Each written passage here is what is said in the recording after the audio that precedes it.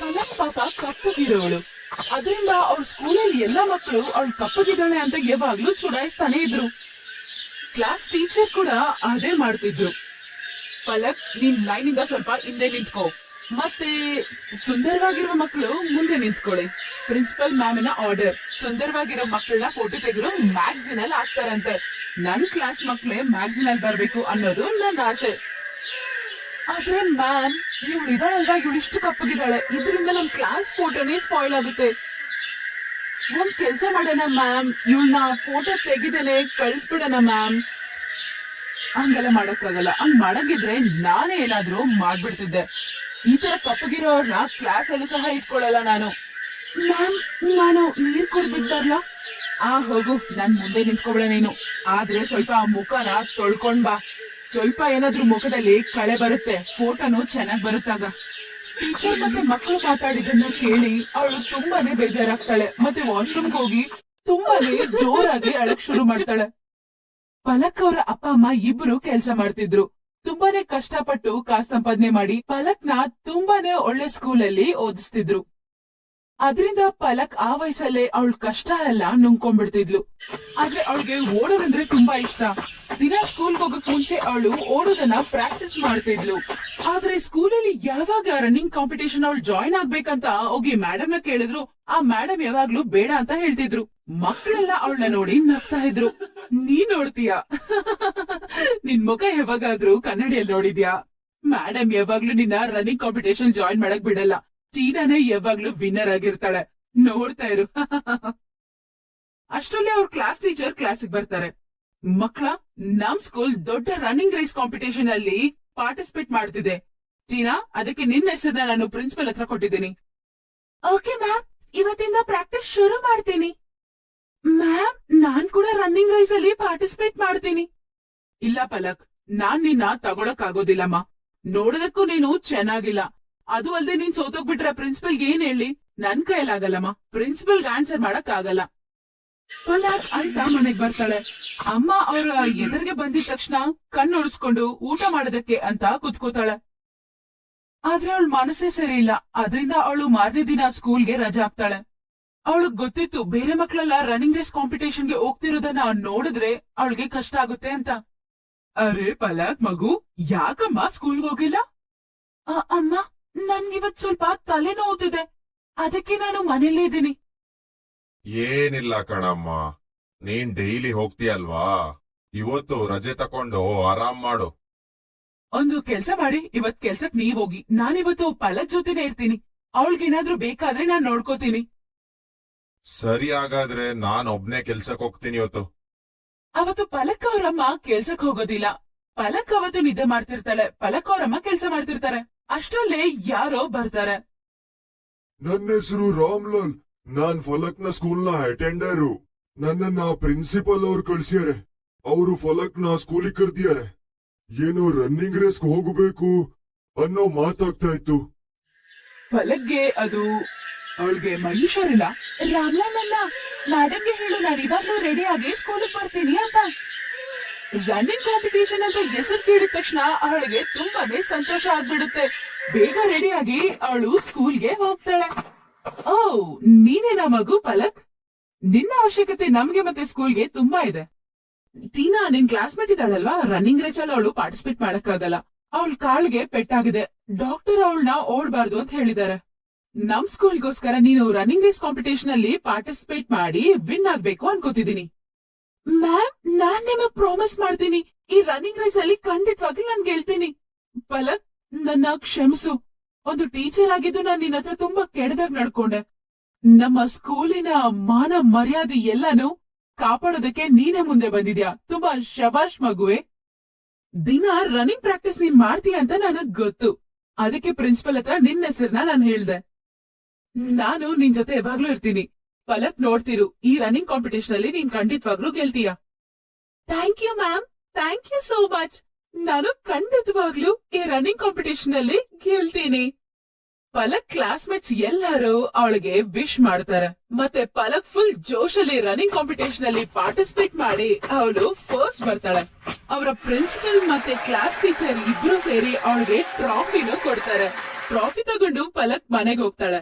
Competition ಅಲ್ಲಿ ಗೆದ್ದಿರೋ ಸಂತೋಷ ಅವ್ರ ಅಪ್ಪ ಅಮ್ಮ ಮಗು ಮುಖದಲ್ಲಿ ನೋಡ್ತಿದ್ರು. ಅವತ್ತಿನ ಪಲಕ್ನ ಯಾರು ಅವಳು ಕಪ್ಪಗಿದ್ದಾಳೆ ಅಂತ ಚುಡಾಯಿಸಿದ್ದೇ ಇಲ್ಲ. ಅದು ಅಲ್ಲದೆ ಎಲ್ಲರೂ ಅವಳನ್ನ ತುಂಬಾ ಚೆನ್ನಾಗಿ ನೋಡ್ಕೋತಿದ್ರು.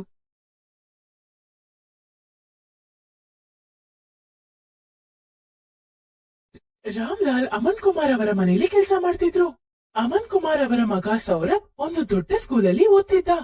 ಆದ್ರೆ ರಾಮ್ಲಾಲ್ ಅವರ ಮಗ ದೀಪಕ್ ಒಂದು ಸರ್ಕಾರಿ ಶಾಲೆಯಲ್ಲಿ ಓದ್ತಿದ್ದ.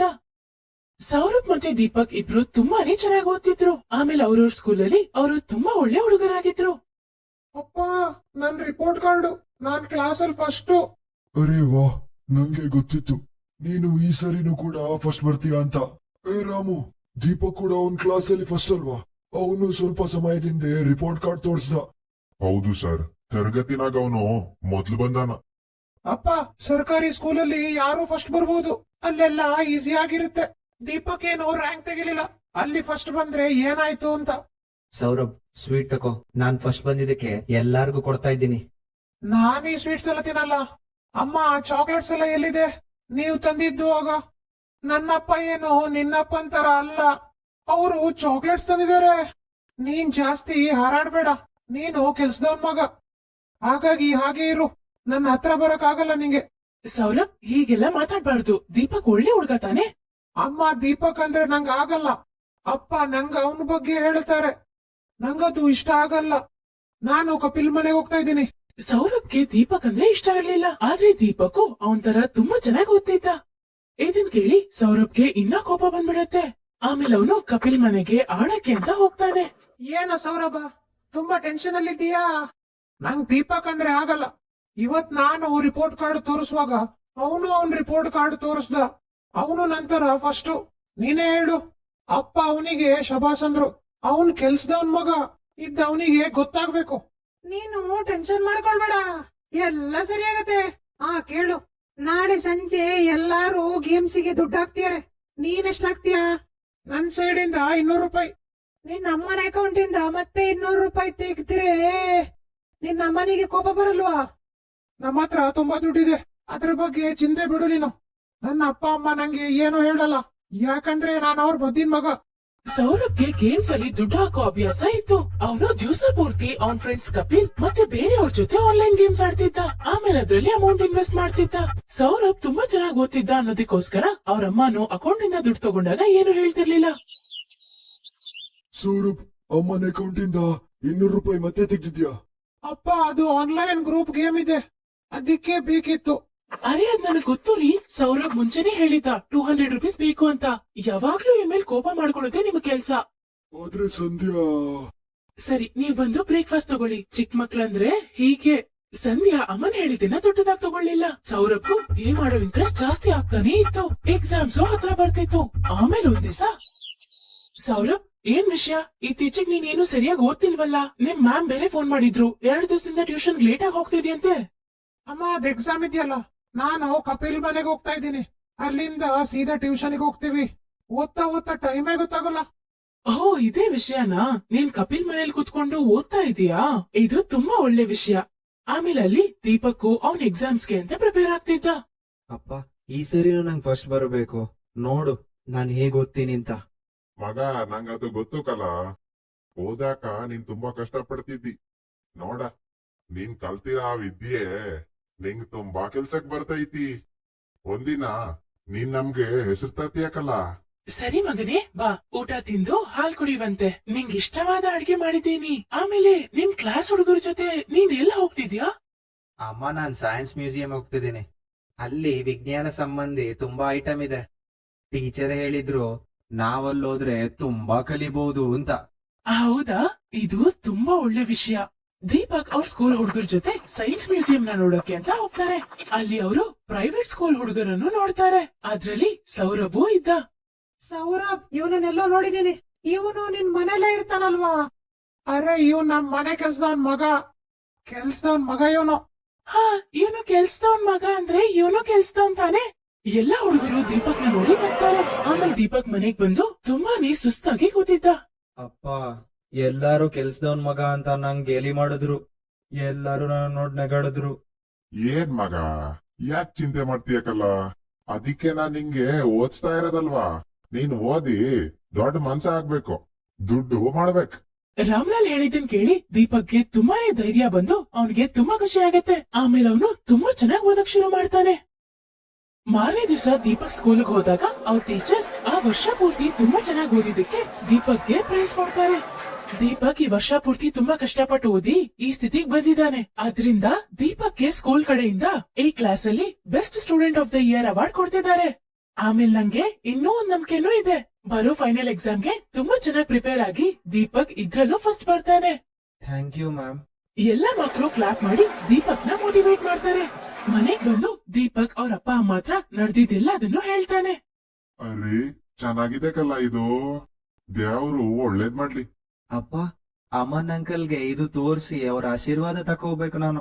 ಸರಿ ಮಗ, ಒಳ್ಳು ಅವ್ರ ಆಶೀರ್ವಾದನ ತಕ. ಸಂಧ್ಯಾ, ನಿನ್ನ ಅಕೌಂಟಿಂದ 1,00,000 ಹೋಗಿದೆ. ನಿಂಗ್ ಗೊತ್ತೂ ಆಗಿಲ್ವಾ? ಇಷ್ಟು ದುಡ್ಡು ಒಂದೇ ಸತಿ ನಾನು ಹೇಗ್ ಖರ್ಚು ಮಾಡ್ಲಿ? ಇದೆಲ್ಲ ಹೇಗಾಯ್ತು ಅಂತ ನನ್ಗೂ ಗೊತ್ತಾಗ್ತಿಲ್ಲ ರೀ. ನಿಲ್ಲು, ಬ್ಯಾಂಕಿಂದ ಎಲ್ಲಾ ಡೀಟೇಲ್ ತೆಗ್ಸಿದೀನಿ. ಬ್ಯಾಂಕಿಂದಾನೆ ಫೋನು. ಅಮನ್ ಬ್ಯಾಂಕ್ ಅವ್ರ ಹತ್ರ ಫೋನ್ ಅಲ್ಲಿ ಮಾತಾಡ್ತಾರೆ. ರಾಮ್ಲಾಲ್ ಮತ್ತೆ ದೀಪಕ್ ಅಲ್ಲೇ ನಿಂತಿದ್ರು. ಸತ್ಯನಾಶ. ಇನ್ನು ಕೊಡು ಮಗನಿಗೆ ಮೊಬೈಲ್. ನಿನ್ನ ಮಗ ಇದಾನಲ್ಲ, ಅವನು 1,00,000 ಗೇಮಿಗೆ ಹಾಕಿದಾನೆ. ನೋಡಿನು ಎಲ್ ಸತ್ತಿದಾನವನೀಗ. ಅವನು ಅವ್ನ ಫ್ರೆಂಡ್ ಕಪಿಲ್ ಜೊತೆ ಟ್ಯೂಷನ್ ಹೋಗಿದ್ದಾನೆ. ಸೌರಭ್ ಅವ್ರ ಟ್ಯೂಷನ್ ಇಂದಾನೆ ನನಗೆ ಕಾಲ್ ಮಾಡ್ತಿದ್ದಾರೆ. ಹೇಳಿ, ನಾನ್ ಸೌರಭ್ ಅವ್ರ ಅಮ್ಮನೇ ಮಾತಾಡ್ತಿದ್ದೀನಿ. ಏನು, ಸೌರಭ್ ಟ್ಯೂಷನ್ ಬಂದಿಲ್ವಾ? ಆದ್ರೆ ಸರಿ, ಸೌರಭ್ 1 ವಾರದಿಂದ ಟ್ಯೂಷನ್ ಹೋಗ್ತಿಲ್ವಂತೆ. ಅವಾಗ ಅಲ್ಲಿಗೆ ಸೌರಭ್ ಬರ್ತಾನೆ. ಬಾರೋ, ಆಯ್ತಾ ಟ್ಯೂಷನ್? ಹೌದಪ್ಪ. ಸುಳ್ಳು. 1,00,000 ಯಾವ್ದೋ ಗೇಮ್ಗೆ ಹಾಕಿದ್ದೆ ನೀನು. 1 ವಾರದಿಂದ ಟ್ಯೂಷನ್ ಹೋಗಿಲ್ಲ. 2 ದಿನದಲ್ಲಿ ಫೈನಲ್ ಎಕ್ಸಾಮ್ ಇದೆ. ಅಪ್ಪ ಅಮ್ಮ, ಐ ಆಮ್ ಸಾರಿ. ಕಪಿಲ್ ಮಾತ್ ಕೇಳಿದ್ದೆಲ್ಲ ಮಾಡಿದ್ದು ನಾನು. ಅದ್ರಿಂದಾನೆ ಮೊದಲನೇ ಸರಿ ಸ್ಕೂಲ್ ಟೆಸ್ಟ್ ಅಲ್ಲಿ ನಾನ್ ಫೇಲ್ ಆಗಿದ್ದೀನಿ. ರಾಮು, ಯಾವಾಗ ಬಂದೆ? ಮಗು ದೀಪಕ್, ನಿನ್ ಕೈಯಲ್ಲೇನಿದೆ? ಅಂಕಲ್, ಅದು ಇವತ್ ನಂಗೆ ಬೆಸ್ಟ್ ಸ್ಟೂಡೆಂಟ್ ಅವಾರ್ಡ್ ಸಿಕ್ತು. ನಿಮ್ ಆಶೀರ್ವಾದ ತಕೊಳಕ್ ಬಂದೆ. ಒಳ್ಳೇದಾಗ್ಲಿ ಮಗ, ದೇವ್ರು ಒಳ್ಳೇದ್ ಮಾಡ್ಲಿ. ಅಮನ್ ದೀಪಕ್ ನ ಆಶೀರ್ವಾದ ಮಾಡಿ ಸೈಲೆಂಟ್ ಆಗಿ ಅವ್ರ ರೂಮ್ಗೆ ಹೋಗ್ಬಿಡ್ತಾರೆ. ಅಪ್ಪ, ನಾನ್ ಒಳಗ್ ಬರ್ಲಾ? ನಿನ್ನ ಹತ್ರ ಮಾತಾಡಕ್ ನಂಗ್ ಮನ್ಸಿಲ್ಲ ಈಗ. ಹೋಗಿಲ್ಲಿಂದ. ಅಪ್ಪ ಕೋಪ ಮಾಡ್ಕೊಂಡಿದ್ದಾರೆ. ನನ್ನ ಹತ್ರ ಮಾತಾಡ್ತಾ ಇಲ್ಲ ಅವರು.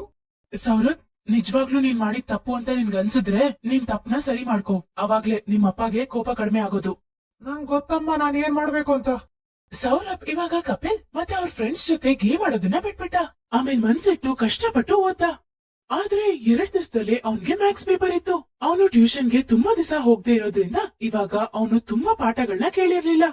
ಅಮ್ಮ, ತುಂಬಾ ಸಿಲೆಬಸ್ ನಂಗೆ ಪೆಂಡಿಂಗ್ ಇದೆ. ನಾನ್ ಹೇಗ್ ಮಾಡ್ಲಿ? ಕೆಲವೆಲ್ಲ ನಂಗೆ ಗೊತ್ತೇ ಆಗ್ತಿಲ್ಲ. ಸೌರಭ್, ನೀನ್ ಯಾಕೊಂದ್ ಕೆಲ್ಸ ಮಾಡ್ಬಾರ್ದು? ದೀಪಕ್ಗೆ ಮ್ಯಾಥ್ಸ್ ತುಂಬಾ ಚೆನ್ನಾಗ್ ಬರುತ್ತೆ. ಅದ್ರಲ್ಲಿ ಮಾರ್ಕ್ಸು ತುಂಬಾ ಚೆನ್ನಾಗಿದೆ. ಇವಾಗ ಗವರ್ಮೆಂಟ್ ಸ್ಕೂಲ್ ಅಲ್ಲೂ ಓದೋದು ತುಂಬಾ ಚೆನ್ನಾಗಾಗಿದೆ ಅಂತ ನಾನ್ ಕೇಳ್ಪಟ್ಟೆ. ಅದ್ ಮಾತ್ರ ಅಲ್ಲದೆ ಪ್ರೈವೇಟ್ ಸ್ಕೂಲ್ ಮತ್ತೆ ಗವರ್ಮೆಂಟ್ ಸ್ಕೂಲ್ ಅಲ್ಲಿ ಇಬ್ರಿಗೂ ಟೆಕ್ಸ್ಟ್ ಬುಕ್ ಸೇಮ್ ಇದೆ. ಅಮ್ಮ, ದೀಪಕ್ ಹೆಲ್ಪ್ ಮಾಡ್ತಾನ ನಂಗೆ. ನಾನ್ ಅವನ್ ಜೊತೆ ಕೆಟ್ಟದಾಗ ನಡ್ಕೊಂಡಿದೀನಿ. ಏನು ಚಿಂತೆ ಇಲ್ಲ. ನೀನ್ ಮಾಡಿರೋ ತಪ್ಪೇನು ಅಂತ ನಿನಗ್ ಗೊತ್ತಾಗಿದೆ. ಇದೇ ತುಂಬಾ ದೊಡ್ಡ ವಿಷಯ. ರಾಮ್ಲಾಲ್, ಸ್ವಲ್ಪ ದೀಪಕ್ನ ಕರ್ಕೊಂಡ್ ಬನ್ನಿ. ಸೌರಭ್ಗೆ ಮ್ಯಾಥ್ಸ್ ಅಲ್ಲಿ ಅವನ್ ಹೆಲ್ಪ್ ಬೇಕಂತೆ. ಆಯ್ತಮ್ಮಾರ, ನಾನ್ ಈಗ್ಲೇ ಕರಿತೀವ್ನಿ. ಸೌರಭ್ ದೀಪಕ್ಕಿನ ಸಹಾಯದೊಂದಿಗೆ ಮ್ಯಾಥ್ಸ್ ನ ಪ್ರಾಕ್ಟೀಸ್ ಮಾಡ್ತಾನೆ. ಆಮೇಲೆ ಬೇರೆ ಎಲ್ಲಾ ಸಬ್ಜೆಕ್ಟ್ಸ್ ಸೌರಭ್ ಇವಾಗ ದೀಪಕ್ ಜೊತೆನೆ ಓದ್ತಿದ್ದ. ಸೌರಭ್ ದೀಪಕ್ ತರಾನೇ ಸ್ಕೂಲಲ್ಲಿ ಫಸ್ಟ್ ಬರ್ತಾನೆ. ಸೌರಭ್, ನಿನ್ ರಿಸಲ್ಟ್ ನೋಡಿ ನಾನು ತುಂಬಾ ಖುಷಿಯಾಗಿದ್ದೀನಿ. ಅಪ್ಪ, ಇದು ದೀಪಕ್ ಇಂದ ಸಾಧ್ಯ ಆಯ್ತು. ಎಕ್ಸಾಮ್ಗೆ ತುಂಬಾ ಹೆಲ್ಪ್ ಮಾಡಿದ ನೀವು. Thank you. ರಾಮ್ಲಾಲ್, ನಿನ್ನ ಮಗ ತುಂಬಾ ಒಳ್ಳೆಯವನು. ಒಂದಿನ ಒಬ್ಬ ದೊಡ್ಡ ವ್ಯಕ್ತಿ ಆಗ್ತಾನೆ. ಅಂಕಲ್, ನಾನು ನಿಮ್ಮಾಗೆ ದೊಡ್ಡ ಬಿಸ್ನೆಸ್ ಮ್ಯಾನ್ ಆಗ್ತೀನಿ. ದೀಪಕ್ ಹೇಳಿದ್ದನ್ ಕೇಳಿ ರಾಮ್ಲಾಲ್ ಕಣ್ಣಲ್ಲಿ ಖುಷಿಯಿಂದ ಕಣ್ಣೀರ್ ಬರುತ್ತೆ. ಆಮೇಲೆ ಅವರು ದೀಪಕ್ನ ಹಗ್ ಮಾಡ್ಕೋತಾರೆ.